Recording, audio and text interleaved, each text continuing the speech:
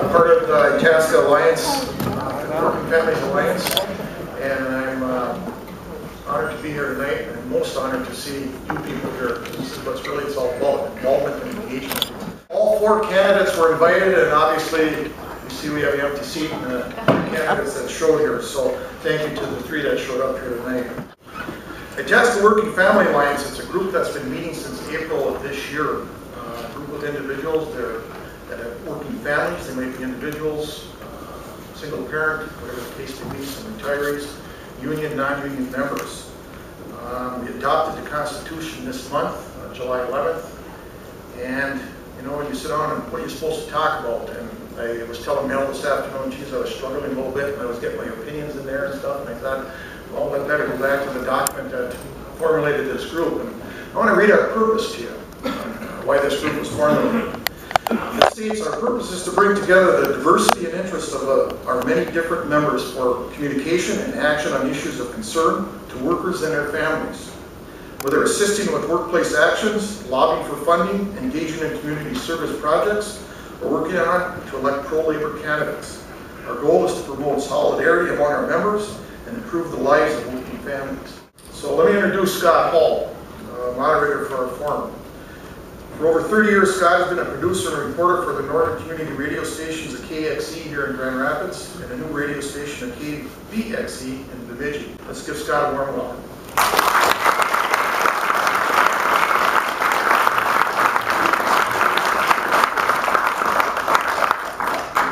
Thanks a lot, Pat. Thank you for having me. It's an honor to moderate this forum. This is a forum with candidates for Minnesota's 8th district seat in Congress. Participants in our forum tonight include former Duluth City Councilor Jeff Anderson, former State Senator Tarryl Clark, and former Minnesota Congressman Rick Nolan. And as Pat mentioned, current 8th District Congressman Cravaack was invited to participate in the forum, but he can't be here tonight. First question goes to Jeff Anderson. Identify your top 3 priorities in regards to workers. Explain why these would be your priorities and what you would do to get them passed into law. My top 3 priorities, just like when Rudy Burkett said it in 1982, it's jobs, jobs, and jobs. In northeastern Minnesota, as I said in our opening remarks, our greatest export continues to be young people who leave this area. In Ely, where I graduated from high school in the 1990s, my graduating class was half the size of my father's, who graduated in the 1960s. Today's graduating class is half the size of mine. We're going in the wrong direction in our communities in the 8th Congressional District. It's jobs and opportunities that people here need and that will benefit workers the most. That's why I have and continue to be the most outspoken candidate supporting our natural resource-based economy, specifically mining, because I believe that we can not only invest in our taconite operations and expand them, but also in our copper and nickel and precious metal. Now, these are projects that will benefit the entire district, because once we get people to work mining and using that natural resource-based economy, we get people in other areas of the district working again in manufacturing. I see ships come into the port of Duluth each day, bringing windmills and other items into this country from foreign nations that sometimes are built with steel that came from materials in our ground in northern Minnesota, and that's a crime.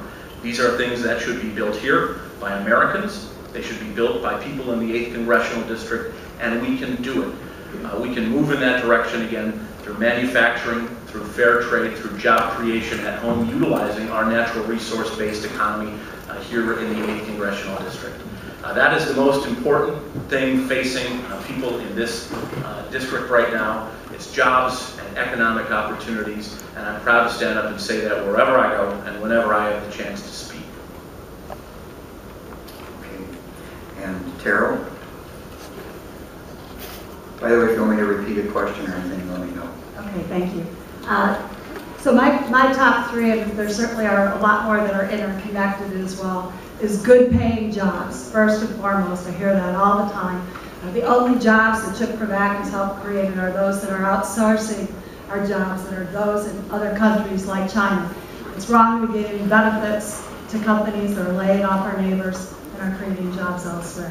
And I will continue to stand up and fight to make sure we're creating good jobs here at home, just like I did as an advocate and then a legislator, and now with the Job 21 initiative that I'm working on. It's a national campaign to create good jobs here at home. Let's face it, our region is well poised to be creating those, whether it is taking the taconite that we are mining and turning it into steel, and then being the ones that are creating those wind turbines and sending them out the Port of Duluth. And I'm proud to have the strong support of the steel workers. They would like me to know how important it is that we're having good jobs and also good job protections. The second thing quickly would be making sure we're protecting our labor rights. We are seeing far too much labor pretenders like Congressman Cravaack that say one thing and then do another. We can talk more about that later. And third is making sure that healthcare really is truly more affordable and accessible, particularly in our rural communities. And again, I'm sure we'll get a chance to talk more about all three of those. Rick Nolan. Well, I couldn't agree more with both the other candidates. What workers need are jobs, good paying jobs, and good benefits. And I don't mind telling you all here that I've not only advocated for jobs all my life, I've created jobs. I bought the sawmill and pallet factory here south of town when it was going out of business, and put dozens of people to work there. I responded to the call from Rudy Perpich for the World Trade Center and put together that $100 million project. Provided hundreds of construction jobs and helped Minnesota businesses export their goods and products. And I played an important role in helping facilitate and move forward a number of other business development activities here in this district, like Bluefin Bay up on the North Shore, or Health Maintenance Organization in St. Cloud, and other activities. So it's something I'm familiar with. But on a policy level, what we have to do is stop, as I mentioned before, these wars of choice, and put an end to this nation building abroad. And there are trillions of dollars to be saved here that need to be put into rebuilding America. Our roads, our bridges, our schools, our hospitals, our municipal waste treatment facilities, expanding broadband, doing the kind of things that create jobs, good paying jobs, with good benefits. We need to stand up for working men and women, for collective bargaining, for unions. It was the Steelworkers Union that won the first pension and health care benefits. The steel workers right here in Minnesota's 8th district for workers in this country. You follow the union movement, you'll follow the progress and success of America's economy. And last but not least, throughout this process, we have to rebuild the middle class. That's been the strength of this country, and that's what's being lost. As a businessman, I can tell you, we don't need tax cuts to expand our business. We need a demand for our product. And that's why there are trillions of dollars sitting on the sideline, not because of uncertainties. There's always uncertainties. You know the old saying, anytime the Congress or the legislature is in session, nobody's life, liberty, or property is safe. But you invest and create jobs when there's a demand for your product. It's that simple. Share your thoughts about standardized testing and how, if standardized testing should be used to evaluate schools, teachers, and students. So as a mom, as a community volunteer, as an advocate in the legislator, I have worked long on these issues. And I don't know about how many of you have experienced this, but I was certainly somebody who experienced test anxiety. And I've known an awful lot when those standardized tests came around, it scared the heck out of me, and it almost made me freeze up. And what we know is that you shouldn't just be teaching to a test. And I'm a good example of that. I was a really good student, worked hard. But we also know that there's some kids also, like our oldest son, Colin, it's definitely not a round peg in a round hole. And being able to articulate everything you know on a standardized test can be a really hard thing. So I've worked with our teachers to try to get past the restrictions that NCLB, No Child Left Behind, and I could give it a different term, imposed hardships on our classrooms. Our teachers need to be able to teach, and our kids need to be able to learn. They need the federal government to get out of the way.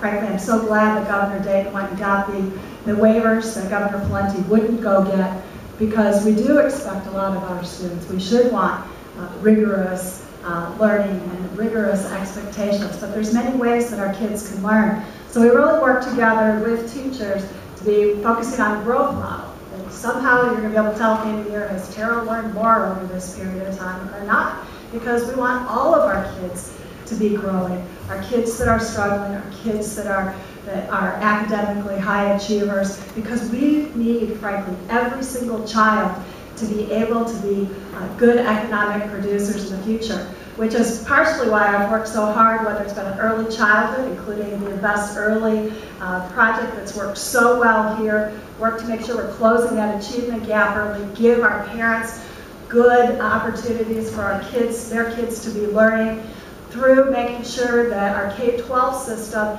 and our teachers have both the resources and ability for our kids to learn, and then frankly, higher ed, making sure that we are getting back to it being affordable so that students can afford to go to college.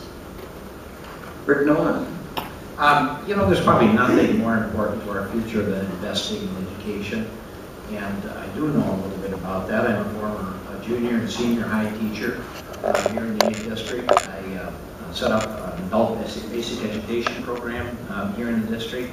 I was the director of 19 unit Head Start programs here in the 8th Congressional District, and the immediate past president of the Central Lakes College Foundation, also here in the district, where we raise scholarship money for people to go to school. I've been a regular lecturer over the years for the Initiative Foundation, which, by the way, is funded by the Blanton Foundation here. And education at its best is all about child development and teaching kids to realize their full potential and teaching them to be creative thinkers and to know how to engage in critical thinking. And this notion that all education should be based on some kind of standardized test is creating a system where teachers are teaching to the test.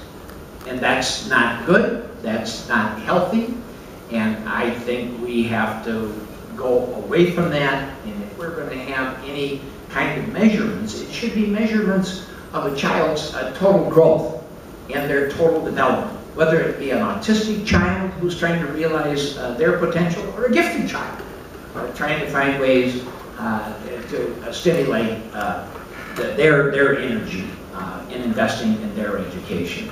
And so I have no objections. I mean, we've been taking tests forever. That should not be the focus of our education. It should be about creativity, teaching critical thinking, and teaching essential skills like the engineering school right here in this community is teaching at this community college. All right. And finally, Jeff Anderson, your thoughts on standardized testing and how it should be used to evaluate schools, teachers, and students. I also agree with what's been said. Teaching to a test isn't working. It's moving our system backward as far as I'm concerned. Growing up on the Iron Range and going to school in the 70s and 80s, we had the best schools in the state of Minnesota, or in the country, the state of Minnesota. People used to brag about that. People would tell us kids that. We had the finest schools and education that you could get. And we don't say that anymore in Minnesota. We don't say that anymore across this country as we move behind in terms of the education that we have as compared to the rest of the world, to other industrial nations. There was a time when people could graduate from high school, and if college was not the path for them, they could get a job.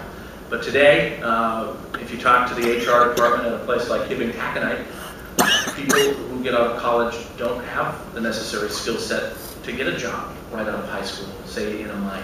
They can't pass a basic science or math test. We cut programs like shop and welding. We cut our arts and our band and all of these things that are there to help us become critical thinkers and to prepare us for a lifetime of learning. Standardized test doesn't do that.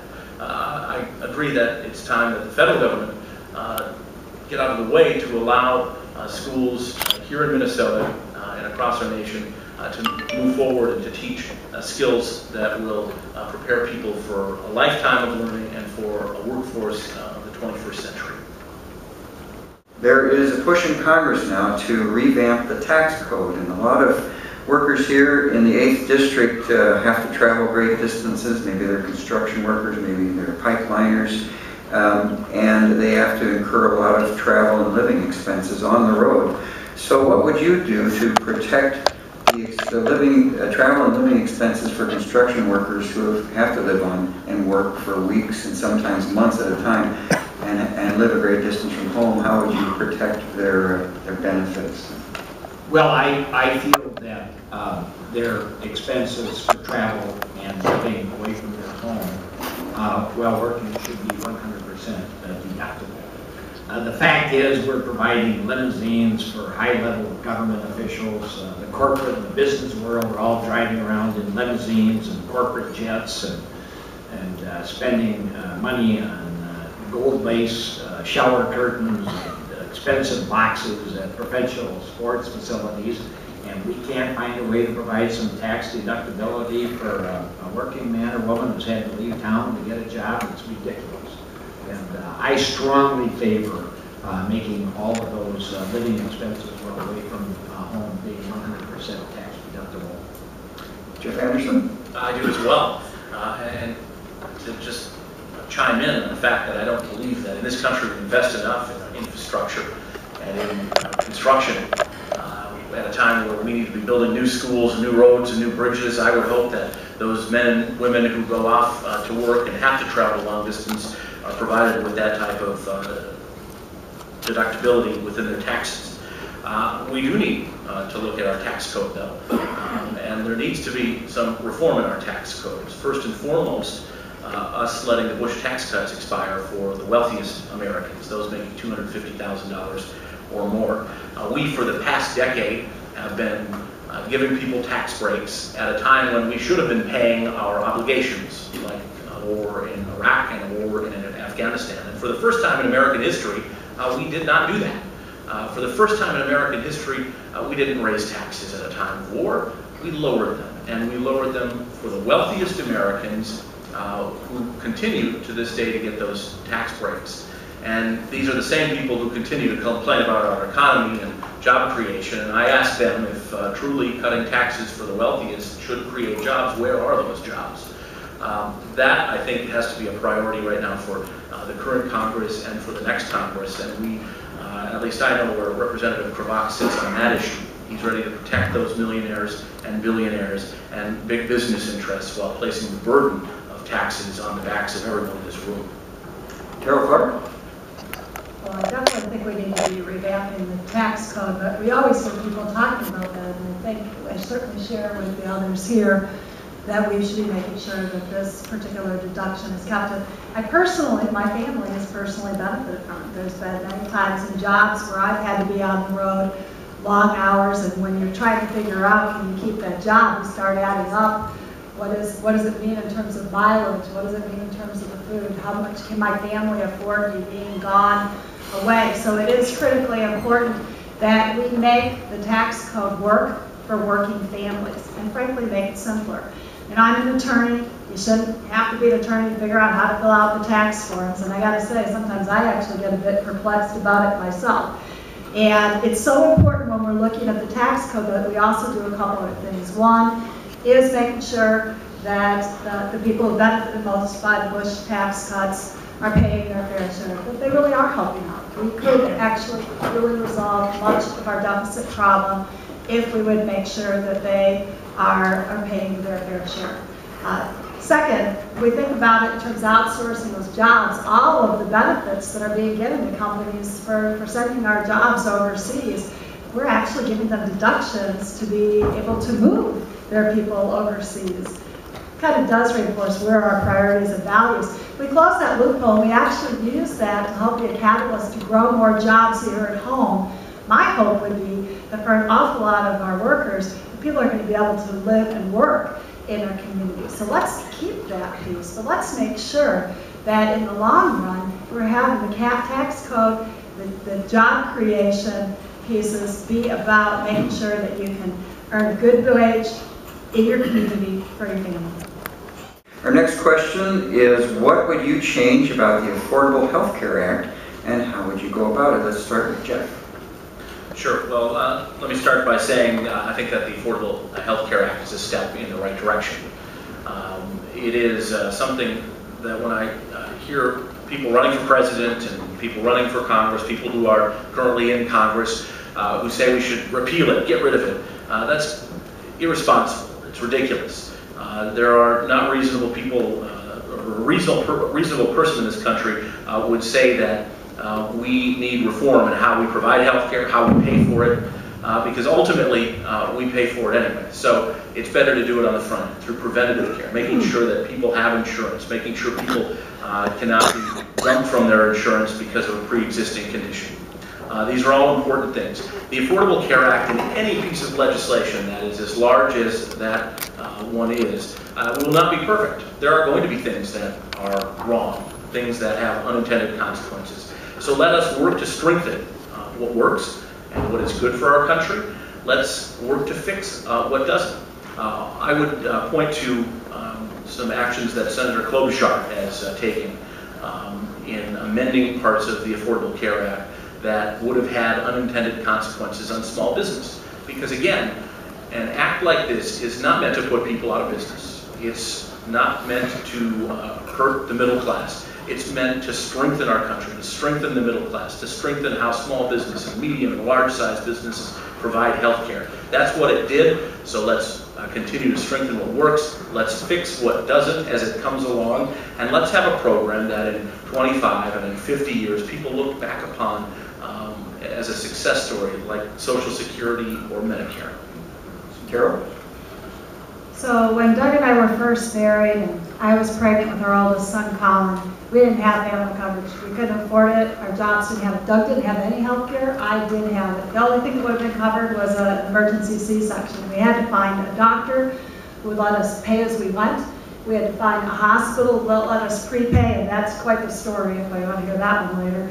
But what happened when I was in labor, they tried to give me oxygen, and I batted it away because I can think of this, we can't afford this. I don't know how we pay for this. For the first time, millions of American women and their families will not be put in that position.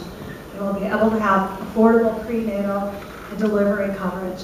And we also have situations like our son Nate, who has a good job but no health insurance. He is able to still have affordable health insurance through our insurance. That's a good thing. For seniors where the donut hole in their insurance costs have been is closing.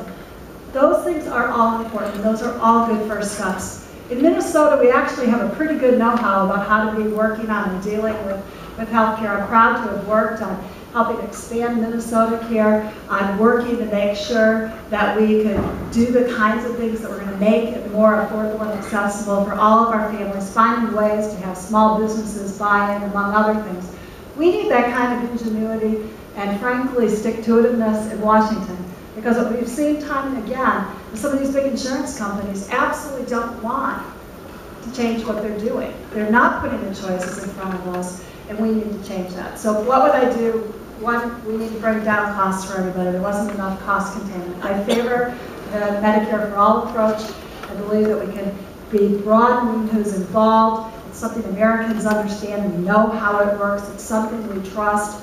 We need to be negotiating prescription drugs like the VA does. It's ridiculous in this time of day that we aren't actually negotiating for that. And we need to be making sure that we're also given the opportunity to be putting wellness back as part of this. Because let's face it, you and I each have a part of our own health care as well. Rick? Yeah, the Affordable Care Act does a lot of good things. It provides provision for prevention. It expands coverage to 25, maybe 30 million people, not as many as we thought it would, since the Supreme Court negated a very significant part of it. And things like being able to insure your children up to age 26, the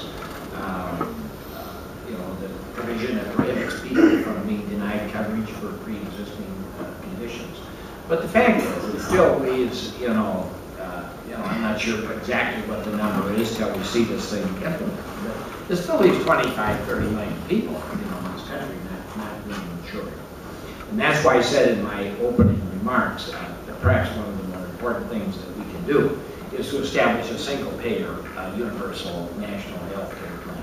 That's what many of the other developed countries in the world have done, and they do it for half the cost of what we do here in this country, and they get better results. They have lower infant mortality rates, they have higher life expectancies, and they get the job done. And that's the direction that we ultimately have to go. And until we do that, we're going to struggle with this, and if we're not careful, that alone will make it. Over the last 30 years, as many of us know, millions of jobs have left the United States and gone overseas to Asia, China. The amount of jobs that have been moved overseas from the United States is almost incalculable. But the question for our candidates tonight is, what can be done to reduce that outflow of jobs? And let's begin with Tarryl. Well, we've got all those jobs that were lost, as well as approximately 7 million jobs in the recession alone. And we need to be regaining those jobs back here. Quite directly on the outsourcing, again, Congressman Cravaack talks and told people in the 8th District that he was going to be there about creating jobs. And as I said, I'm having a hard time finding the jobs that weren't the jobs that were created overseas. We need good jobs that are created here. So we need to close the tax loopholes and make it profitable and encourage companies to send the jobs overseas. I worked on that in the legislature. We actually got Governor Pawlenty to be doing that. That's an important start. We need to be doing more of that on the federal level. And we can take some of those funds and use it to help as a catalyst to be creating more jobs here at home. And we can, if we have the will, we can create millions of jobs in pretty short order. And there are three things that never used to be partisan, and they shouldn't be partisan. We should be investing in our infrastructure, making sure that it's in good shape so that all communities are connected. We should be expanding broadband, or heaven forbid, going wireless. Can you imagine how all of our lives would be if we weren't having cell phones dropping all the time? Those two things alone, then you could locate anywhere. Imagine who all would want to come and live right here locally, as well as throughout the rest of the 8th District. We should be retooling manufacturing. We should be making sure that we're not just shipping out our raw products, that we are actually then manufacturing them here. We should be expanding renewable energy and thinking about how we're going to be at the forefront of smart grid technology, retrofitting our buildings, making sure that our schools, for example, I love looking at the places that we've already started seeing where we are changing and updating our schools so that we're reducing energy, we're creating good jobs, and creating better learning experiences and atmospheres for our kids. We can do all of those things now, and frankly, there's nothing stopping us except for politics. And I think those are some of the things that we can work on together to get things happening now. Rick? Yeah, in the last decade or so, we've lost like 50,000 manufacturers, manufacturing operations, some 7-8 million jobs. There's a couple factors involved here. One is what kind of a country, what kind of an economic future do we want to have? And then there's also the issue of just basic fundamental fairness. We should be very proud of what was accomplished in this country during the latter half of the last century. We installed Social Security, we installed Medicare, we put in OSHA, providing healthy, safe working conditions, we established rules for protection of our environment and our health and our consumers. We put together workers' comp and unemployment compensation through collective bargaining. In many cases, we provided good wages and good benefits and good retirement programs, and we built the strongest, best economy anywhere in the history of the world. Beat our breast, be real proud of it. We damn well should be. But then we said to the American workers and the manufacturers, oh, by the way, now we want you to go and compete with people who don't have to do any of that. Well, it's just fundamentally unfair. It's untenable. It can't work. It won't work. More importantly, it destroys our essential, economic base. And that's where our economic future is. That's where our national security is. That's where we get the money to fund our schools and our educations and the quality of our life. And it needs to be reversed. And the way you do it, I'm an export trader. These other developing countries in the world, they don't incentivize moving their manufacturing offshore. They incentivize companies to keep their manufacturing. And that's what we need to do. And you do that through countervailing trade and countervailing taxes and countervailing duties, and by reversing the tax incentives that are encouraging the outsourcing so that they incentivize the keeping of the manufacturing here in America where it belongs. Jeff?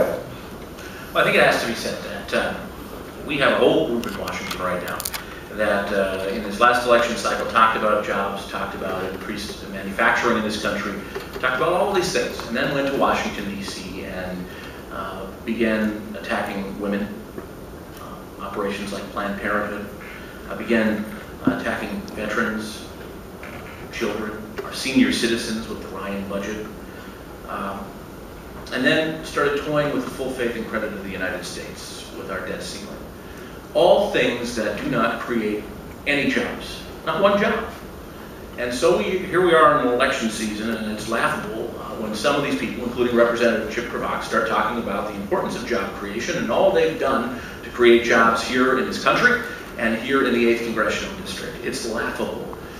The only people who are creating jobs or should take the credit for creating jobs here in the 8th Congressional District are homegrown businesses and business leaders and communities that are doing the heavy lifting right now. In Congress, we need leadership that will push for the revisiting of trade agreements, which we say that it's fair trade, but it's not fair trade.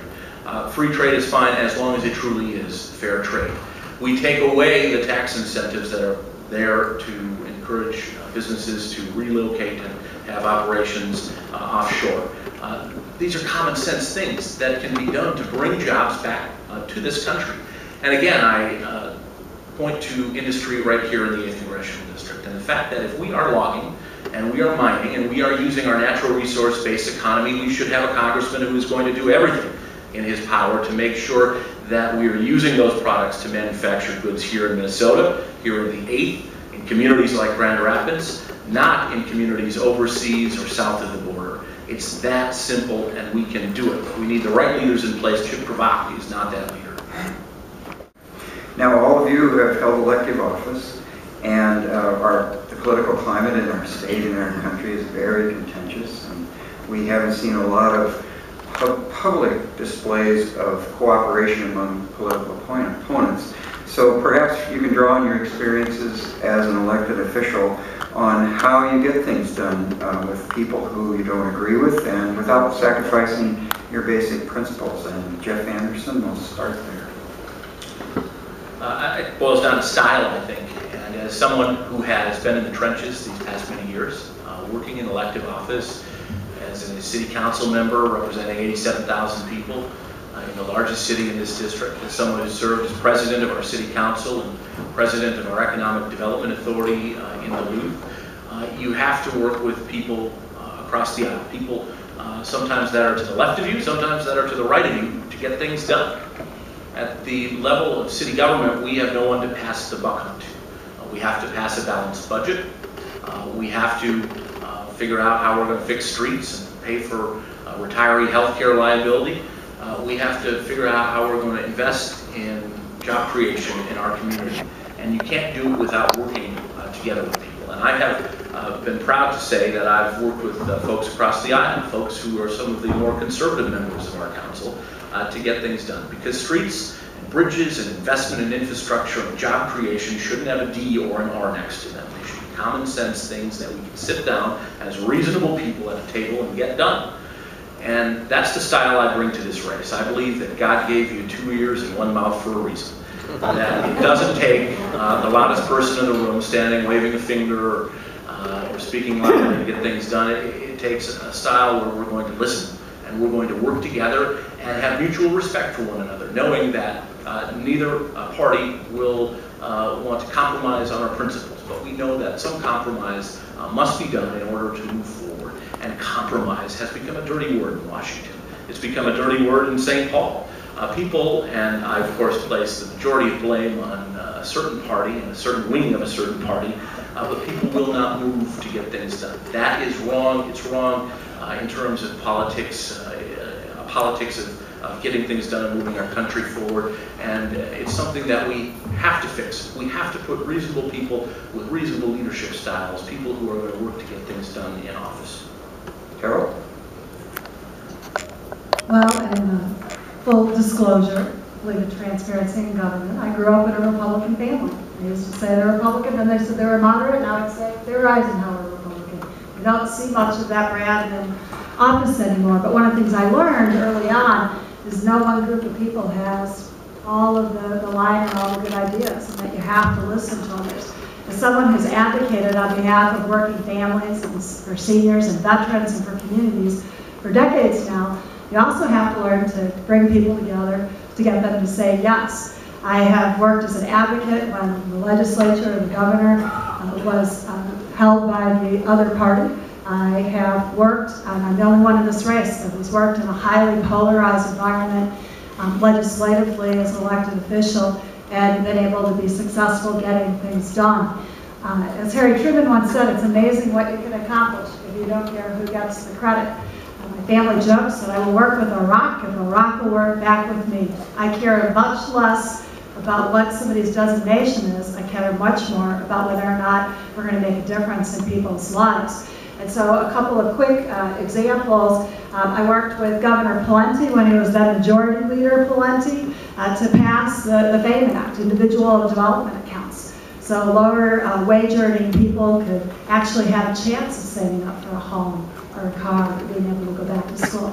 That was something that was a big deal. I worked with some of the most conservative people in the legislature to take it to the insurance companies and make sure that we could get what we paid for, making sure that we actually have good faith on the books so that homeowners who suffer from hail or something else actually know that they're going to get what they pay for. And lastly, if we think about it, the crisis that happened most recently, we saw it specifically in Duluth, but through an awful lot of the region, the flooding that happened. And you think about it, and what the congressman, I'm going to take one quick second, I'm going to use some of my time. What the congressman had done over and over, mixed record on this, was to vote against FEMA funding. But funny thing, now he says to do everything to make sure he can get it. Well, it's our communities, us as citizens, it's the local officials, it's the state officials, and the administrative officials that put this together. We need somebody who's actually not going to be there after the fact. We need to work together like we did, Republicans and Democrats, to make sure we have the resources in our state and the legislature, and that's what I want to do in Washington. Rick? A couple things. One is I too have held elected office for 10 years, and I'm very proud of the fact that syndicated columnists recognized me as one of the 20 most respected members of the entire U.S. Congress, House and Senate. And they cited integrity, someone who did the right thing, not the political thing, and someone who was effective at getting things done. So I do that partly to pride, and also distinguish myself from other members of the Congress who left when I did and who were leaving for various penitentiaries around the country. But having said that, my effectiveness was based on being able to reach across the aisle and showing respect and finding places where we could find agreement. I worked with Republicans in the Minnesota State House and was one of the architects of the Minnesota Miracle, the most progressive school financing program maybe in the history of this country. I worked with Ben Gilman, a Republican from New York, and Jim Jeffords, a Republican from Vermont, and established a presidential commission on world hunger to find ways to fight hunger. I worked with Congressman Frank Skubitz, as conservative guy as you'd ever want to find in America, from Kansas, to put together railroad legislation to establish branch lines. They say it created the largest renaissance in new railroad companies since the initial building of the railroads. And I could go on here at great length. I wrote the Rural Policy Development Act. And I was delighted we got money for our park down in Mission Township under that act here last year. But I worked with Chuck Grassley, Senator from Iowa, Republican Senator from Iowa, to put that together. And so, I worked with Dave Durnberger. And, what you have to do, first of all, you have to go to work. You can't be campaigning all the time, and we talked about that earlier. Then you look for areas of agreement, and then you go to that person, you seek it, and then you put something together that'll work, and you get something done. And that's what people want in this country. It's time we start fixing things and rolling up our sleeves and working together and getting things done. And that's what I did, and that's what I'll do again. And I want to thank our candidates, Jeff Anderson, Tarryl Clark, and Rick Nolan, for being here tonight. Thank you all for coming out tonight, and thanks for everyone who's viewing on TV.